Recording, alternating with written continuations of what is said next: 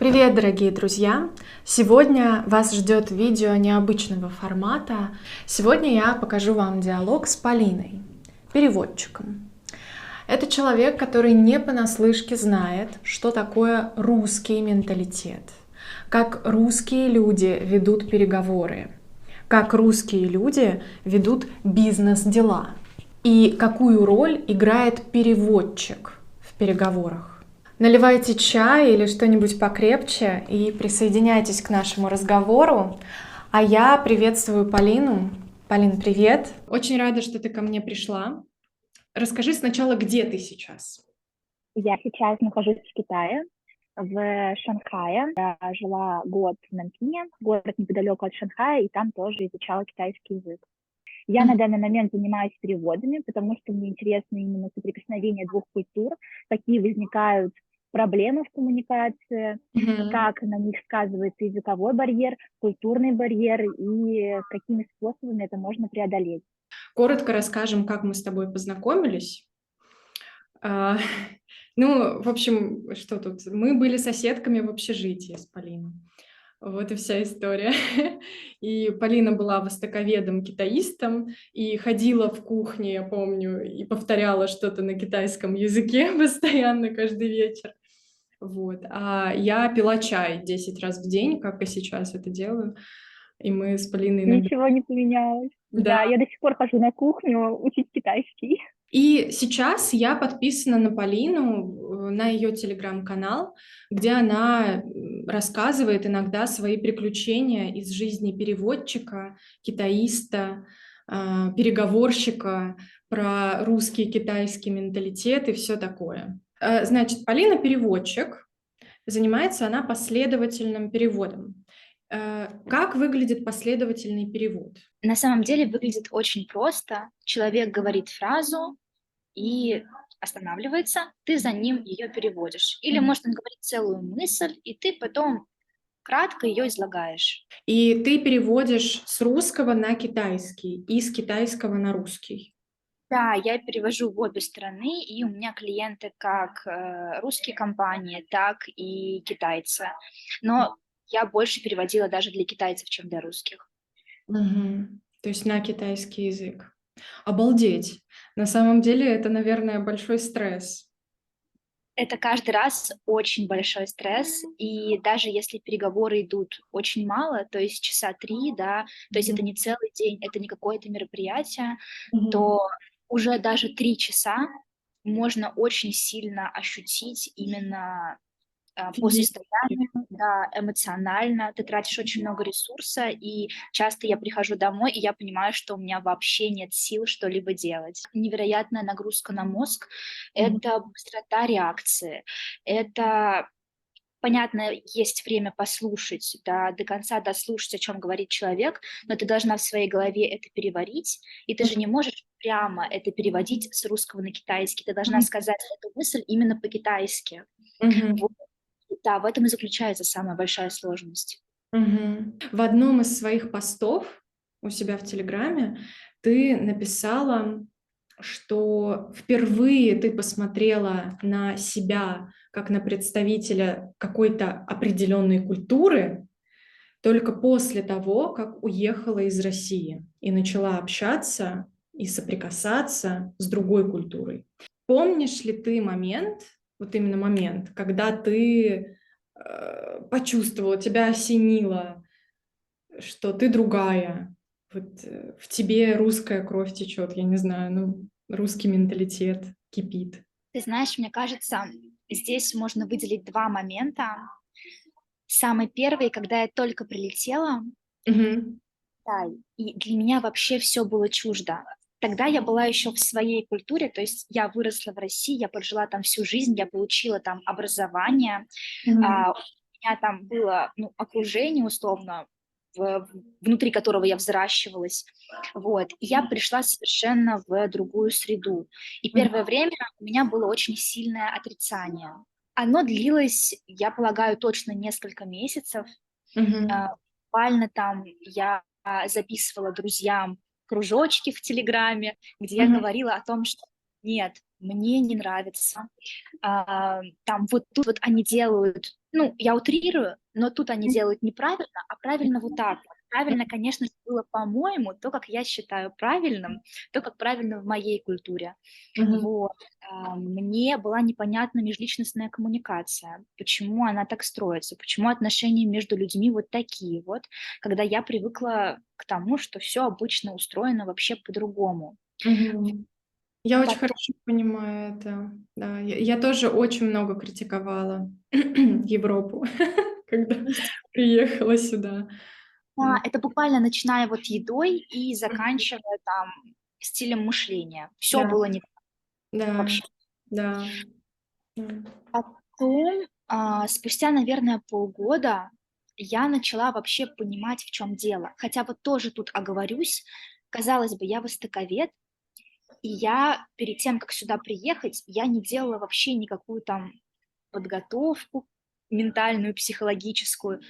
Я просто приехала и все. Мне казалось, что знаний, которые у меня есть, какая-то подкованность в культурном плане, в историческом плане, у меня ее достаточно, потому что у меня были соответствующие предметы, я все это знаю, и для меня ничего не будет новым. Но Мгм. все оказалось на практике, все оказалось совсем по-другому. Не так, как это было в теории. Вообще не так. То Мгм. есть, конечно, я тоже видела какие-то сходства, но когда ты ощущаешь именно телом все происходящее вокруг тебя, и тебе Мгм. на это нужно реагировать, это уже совершенно другие чувства. Мгм. И Да. через полгода где-то, когда я больше начала общаться именно с китайцами, когда у меня появились китайские друзья, Мгм. когда я начала проводить больше времени не в своих социальных сетях, да, в которых там мы в России проводим время, это Мгм. Инстаграм, Телеграм и так далее, а как-то тоже погружаться в их социальные сети, Мгм. смотреть там новости, какие там условно тренды. Мгм. Начало все это ну, как-то постепенно, не то чтобы нравиться, но я начала понимать это и Мгм. принимать то, Мгм. что это отличается от нас, но это не означает, что это плохо, просто это другое. Мгм. Вот. И, наверное, самый такой мощный толчок, когда я это осознала, у меня был, когда я приехала в Россию, в Москву, и я Мгм. вышла с самолета, а, я ехала в такси, Мгм. буквально поняла, что ого, вау, это не где-то плохо, где-то хорошо, это просто два настолько разных мира, Мгм. которые вообще, на которые нужно смотреть просто разными категориями. Вот. Мгм. А, Мгм. Так что я думаю, что я могу выделить два этапа. Это вот, наверное, первый, когда отрицание вообще ты не хочешь это Мгм. принимать, а второй, когда ты это принимаешь и, точнее, наоборот, понимаешь и принимаешь разницу, которая есть, и можешь ее себе объяснить и сказать себе, что это нормально. Мгм. Вот. Мгм. Мгм. Очень очень очень я с тобой соглашусь. Да. По всей видимости, есть какие-то этапы, которые проходит каждый иммигрант или, ну, уехавший из своей страны. И, кстати, а чем русские друзья отличаются от китайских? Вот ты сказала, у тебя появились китайские друзья. Ты можешь сказать, что русские люди дружат как-то не так, как, ну, другие культуры или вот, например, не так, как китайцы? Мне кажется, определенно мы все дружим по-разному. Вот. И я думаю, что с русскими и китайцами ситуация точно такая же.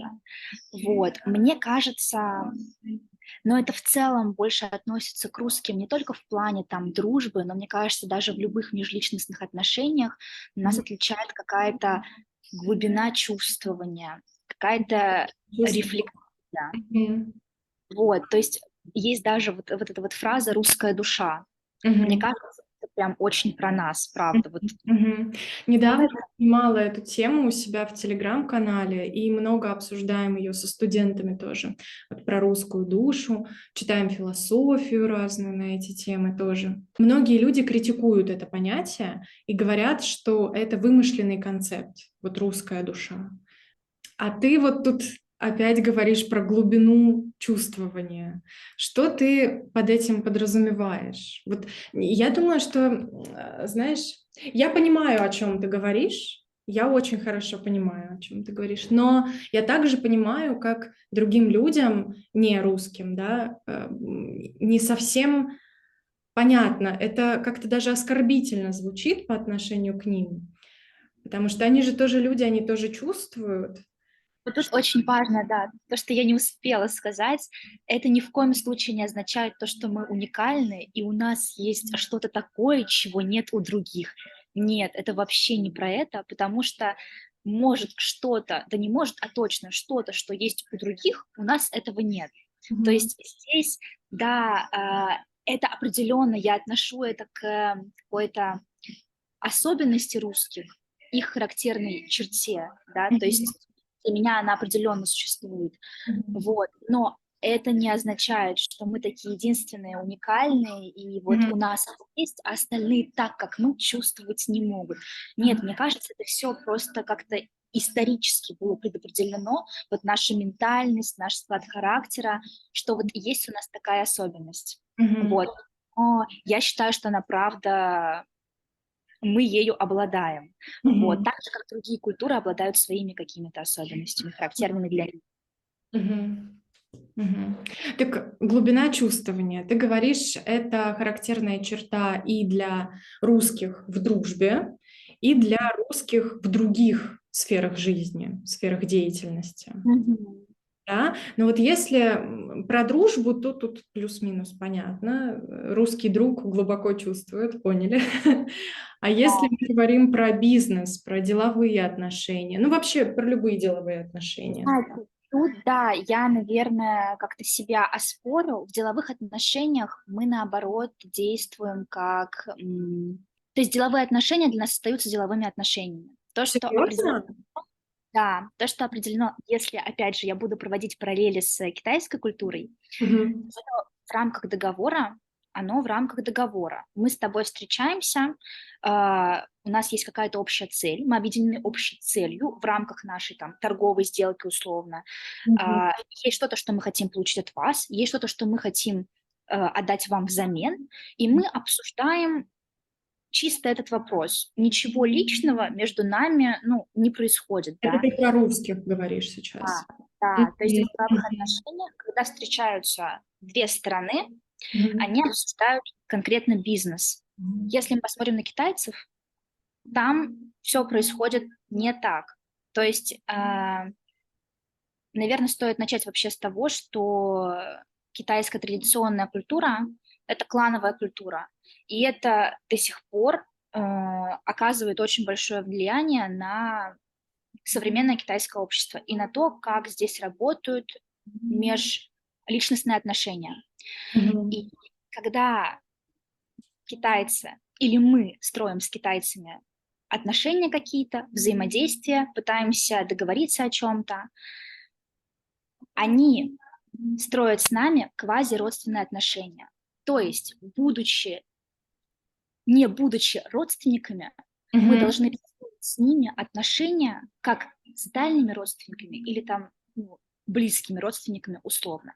То есть могут задаваться личные вопросы Мгм. а, касательно там детей, зарплаты, кто Мгм. самый главный в компании, а, какие-то такие вещи, но это ни в коем случае не проявление неуважения или какого-то там, я не знаю, как это может считываться нами, да, с Да, другой да, стороны. да. Русским человеком это считывается как бестактность. Тактность. Вот. У меня был клиент-китаец, у которого было два больших завода, ну и сейчас есть в Китае, по производству одежды. Он обратился к своим коллегам русским, к российской компании, которая должна была помочь ему выйти на российские платформы Wildberries, Озон и так далее, чтобы он мог там продвигать свои товары. Мгм. И что он предложил? Прям вот во время переговоров, во время обсуждения всех деталей, он предложил поработать вместе в офисе 2 или 1 месяц, чтобы понять, как мы вообще друг с другом ладим, есть ли у нас какие-то точки соприкосновения и может ли у нас вообще быть какой-то межличностный контакт. Но важно сказать, что это относится больше к случаям, когда китайцы хотят построить именно длительные отношения, когда им интересно сотрудничать с вами какое-то длительное время. Тогда они будут стараться с вами как раз-таки построить именно какие-то дружеские отношения, да, квазиродственные. То есть это будет обмен подарков. В эту огромную большую систему на самом деле включено очень много разных нюансов, правил поведения, того, как мы должны друг к другу относиться, помимо того, что подписано в договоре. То есть договор мы тоже подпишем, но по иерархии этот договор будет второстепенен по отношению к тому, какие отношения нас с тобой связывают. Это будет точно переходить рамки именно деловых отношений в нашем представлении, в представлении русских.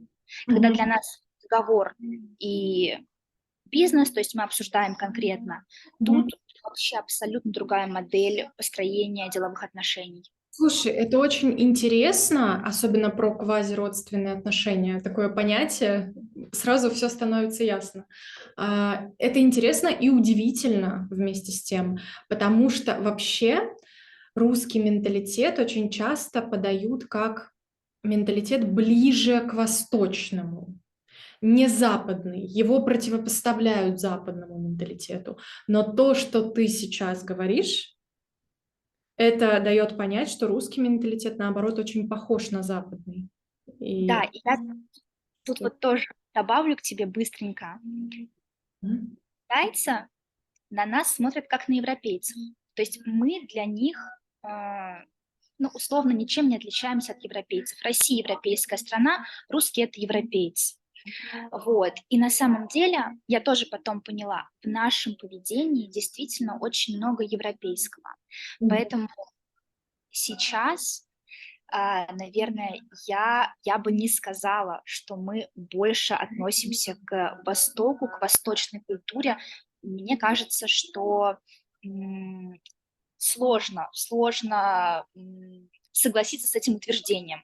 Да. Но то, что у нас есть общие черты с западной культурой, и то, что это особенно сильно чувствуется в коммуникации с восточными партнерами, это точно. Потому что русский человек, конкретно вот в этом аспекте, который я озвучила выше, русский человек сталкивается с теми же трудностями, с которыми сталкиваются европейцы, да, то есть англичане, немцы, французы, когда они пытаются построить бизнес-отношения с китайцами. Да, То есть во многих статьях по поводу вот бизнес-переговоров с русскими дают рекомендации, как строить отношения с русскими партнерами. И среди рекомендаций есть, что, мол, если вам русский партнер предлагает выпить, накрывает стол, то вы должны согласиться, потому что иначе это будет неуважение. Потом есть еще такая рекомендация: «Работа не волк, в лес не убежит». Вот это слоган русского бизнесмена. Мол, сначала русский бизнесмен установит личный контакт, поймет, можно вам доверять или нельзя, кто вы вообще по жизни, а потом уже все дела это можно решить за 5 минут. Ты знаешь, вот очень интересно, потому что мне кажется, что мы правда тяжело доверяем на начальном этапе. Мы не можем с кем-то, там, кто не прошел условно какую-то проверку временем, мы не можем сразу так бросаться в какие-то доверительные объятия и так далее. Нам, правда, мне кажется, нужно время, особенно в бизнесе. Поэтому мы предпочитаем вначале больше ограничиваться деловыми отношениями, да, которые потом не факт вообще перерастут куда-то или нет. Мне кажется, здесь есть правда, доля правды. Нам нужно какое-то время, вот, какое-то время, и потом, возможно, мы можем стать друзьями, потому что, мне кажется, русский человек все равно в глубине души это достаточно добрый, щедрый человек. Вот, мне кажется, это тоже наша какая-то национальная черта. Мы достаточно простые, вот. И эту простоту не только я вот заметила, китайцы тоже очень многие отмечают нашу простоту и даже простоту мышления. То есть мы искренние, прямые и обо всем говорим прямо. Этим мы тоже от них отличаемся. В этом плане мы, кстати, больше похожи на китайцев, которые живут на севере. То есть у Мгм. нас есть северяне, есть южане. Между ними очень большая культурная разница. Вот. Мгм. Северяне ближе к нам по складу характера, но опять же нельзя сказать, что китаец с севера — это русский, или русский — это китаец с севера, да? Все равно есть разница. Мгм. Мгм. Обалдеть, как это интересно. Очень часто переговоры сопровождаются рестораном. Это прям классическая черта китайского образа ведения переговоров, способа ведения переговоров. Это обязательно там ресторан, мы должны что-то кушать и при этом обсуждать какие-то вопросы. Да? Мгм. Мы снова сидим, и тут, мне кажется, уже больше разница в поведении. Наших некоторых представителей российского бизнеса отличает такая излишняя импульсивность, Мгм. иногда даже агрессия, когда мы не можем сдержать какие-то свои чувства, и вполне возможно, это даже не агрессия, но все равно через голос, через интонацию это чувствуется, какое-то напряжение. Мгм. Вот. И тут тоже как раз-таки была ситуация с двумя партнерами. Один, мне кажется, хорошо подготовился, потому что он отлично отвечал на все вопросы личного характера, Мгм. абсолютно хорошо поддерживал беседу, а второй, видимо, не подготовился или, может, как-то немножко растерялся, но, в общем, он дал волю своим эмоциям и выглядел тоже, если честно, не очень красиво, потому что китайцы... Вот, кстати, мне кажется, этот момент очень сильно связан как раз-таки с глубиной чувствования, про которое я сказала до этого, потому что в нашей культуре в целом агрессия, она никак не сдерживается. То есть она есть, конечно, ее нужно контролировать в каких-то там определенных Мгм. количествах, да, но Мгм. мы можем ее выпускать. Вот. Мгм. В то время как в китайской культуре, когда ты находишься в четкой, жесткой иерархической системе прям с детства, особенно это говорится про традиционную культуру, да, где сначала семья, потом там правитель подданный, и ты всегда знаешь свое место, свою роль, Мгм. и тут жесткое подавление любого рода агрессии и какой-либо рефлексии. Ты не думаешь о том, кто я, зачем я это делаю, почему я это делаю, таких вопросов не возникает. В этом плане мы более свободные, поэтому у нас больше чувств, и мы их не, не сдерживаем, да, вот. И мне кажется, это как раз-таки очень сильно проявляется в нашем поведении. То есть, когда китаец у него глаз не дернется. Конечно, бывают разные ситуации, нельзя всех подводить под одну гребенку, но в большинстве своем они умеют держать лицо, Мгм. сохранять человеческое отношение. Если что-то не нравится, по крайней мере, в тех ситуациях, которые я наблюдала, это скорее будут какие-то уточняющие вопросы, но даже по интонации нельзя заметить, что человек чем-то недоволен. Вот. У нас скорее наоборот. То есть здесь какая-то, иногда даже бывает политика давления на китайского партнера. Вот. А этого вообще не надо делать, потому что они все тоже понимают. То есть их Мгм. этим напугаешь, особенно если это человек, который состоялся в бизнесе, у которого все успешно, с ним точно так не нужно себя вести. Ага. Вот. А тут как раз-таки вот я видела прямо перед собой, как человек там, ну, мы уже, грубо говоря, разговаривали с его эго, а не с ним. Вот так вот можно сказать. Да, это очень здоровское замечание, очень хорошее, правда. И ты знаешь, эту черту называют по-разному, описывают по-разному. Кто-то говорит, что это искренность русская, да, что вот русские девушки, они там смеются, улыбаются, вот, и в то же время они могут как закатить какой-нибудь скандал. Настоящую избу войти. Да, Мы да, меня с остановили. криками, с криками причем войти. Русские мужчины, да, вот ты сказала про эго. Если что-то не понравится, по взгляду, по интонациям будет все понятно. Вот Мгм. тут интересный момент про русских мужчин. Я слушала недавно, можно назвать подкастом, видео смотрела на Ютубе очень известного востоковеда-китаиста. И он говорил о понятии брутальности. То есть для нас какая брутальность? Это такой мужчина, который ну, агрессивный, то есть в нем есть такая мужская какая-то брутальность, агрессивность, вот он такой, он защитник, он прям олицетворение мужественности. Тут вообще другие представления о брутальности, то есть какая-то классическая как бы красота китайского мужчины, она заключается не в брутальности, а вот в том, что он находится на своей позиции, выполняет свою какую-то социальную роль. Понятно, что я сейчас говорю схемами, но так правда, то есть это действительно можно наблюдать в жизни. То, что как бы он состоялся именно вот в своей конкретной какой-то позиции, в своей конкретной роли. То есть там нет какого-то образа мужественного мужчины, который такой импульсивный, если что, он вот вообще там все перевернет, если что-то будет не так. То есть нет такого представления. И вот эта вот его мысль мне тоже очень понравилась. Мне кажется, это тоже нас очень хорошо характеризует. А русские девушки в глазах китайцев? Русские девушки, мне кажется, вообще идеальные. Правильно. Искренне любят, Да. жизнерадостные. Вот у нас чувства на первом плане, то есть мы прям будем любить. Вот. Потом не нужно никакого приданого, не нужно там платить денег нам перед тем, нашим родителям перед тем, как на нас жениться. Нет такого у нас. Можно бесплатно на нас жениться. Это тоже очень важный момент на самом деле. Вот. Очень хозяйственные. Мы сами все убираем. Мы сами все моем. В то время как не каждая китаянка захочет там сама все убирать или готовить. Смотрим за детьми, очень хорошо любим их, за ними ухаживаем. Ну, правда, то есть русские девушки, они, ну, мнение о них очень хорошее. Русские девушки, конечно, тоже бывают разные девушки, но опять же, да, мы скорее при выборе партнера будем смотреть не на финансовую составляющую, а на вот если нам хорошо с этим человеком, мы с этим человеком, скорее всего, будем. Опять же, не будем всех под одну гребенку, потому что есть... Есть стереотип о русских девушках обратный, знаешь?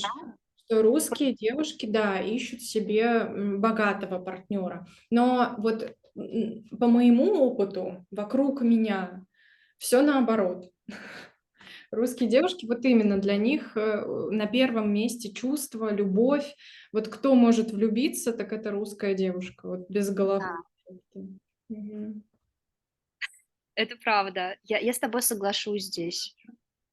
Это действительно, мне кажется, так. То есть, конечно, финансовая составляющая, она тоже там важна где-то, может быть, да, но на первый план выносится как будто бы чувство все-таки больше. И это опять же, да, опять мы пришли к какой-то глубине чувствования. Искренности какой-то, да. Да. К разговору о стереотипах. Вот давай с тобой либо развенчаем, либо утвердим, наконец, этот очень известный стереотип, что русские люди пьют алкоголь даже на бизнес-встречах, особенно на переговорах. Это нормальное дело для русского человека, если переговоры начинаются или заканчиваются стопочкой водки. Я никогда не видела, чтобы переговоры начинались или заканчивались стопочкой водки. Правда. Никогда. Это на самом деле мой бич. Этот вопрос, это мой бич, пока я была в Китае, потому что каждый раз от учителей, от там студентов, с которыми я знакомилась, я слышала одну и ту же фразу. А разве русские не любят пить? А разве русские не умеют пить? Я бы не выделила русский народ как народ, который пьет больше всех. Китайцы тоже пьют алкоголь, но, справедливо сказать, здесь это даже часть культуры. Иншоу – это ужин, якобы ужин, но с алкоголем, когда ты со своим партнером по бизнесу или с человеком, с которым ты хочешь договориться о чем-то, вы вечером пьете алкоголь, кушаете, вот, и так в целом вы заключаете там какие-то между друг другом соглашения и так далее. Вот, то есть здесь это больше какая-то культурная часть. То есть даже если ты не любишь пить алкоголь, не хочешь пить алкоголь, ты должен это сделать. Вот это, да, очень характерная черта китайского стиля, там, ведения переговоров, да, то есть так вот Ну, ты они прям... знаешь, у русских людей тоже есть такое долженствование, если тебе предлагают, и особенно если ты хочешь выстроить отношения с этими людьми в деловой среде, например, и тебе там предлагают выпить, то ты как бы должен выпить. Своим отказом ты показываешь неуважение. И вот тут выступает на сцену очень важное понятие для русского человека и важный вопрос: ты меня уважаешь? Если уважаешь, то выпьешь. Вот. И Да.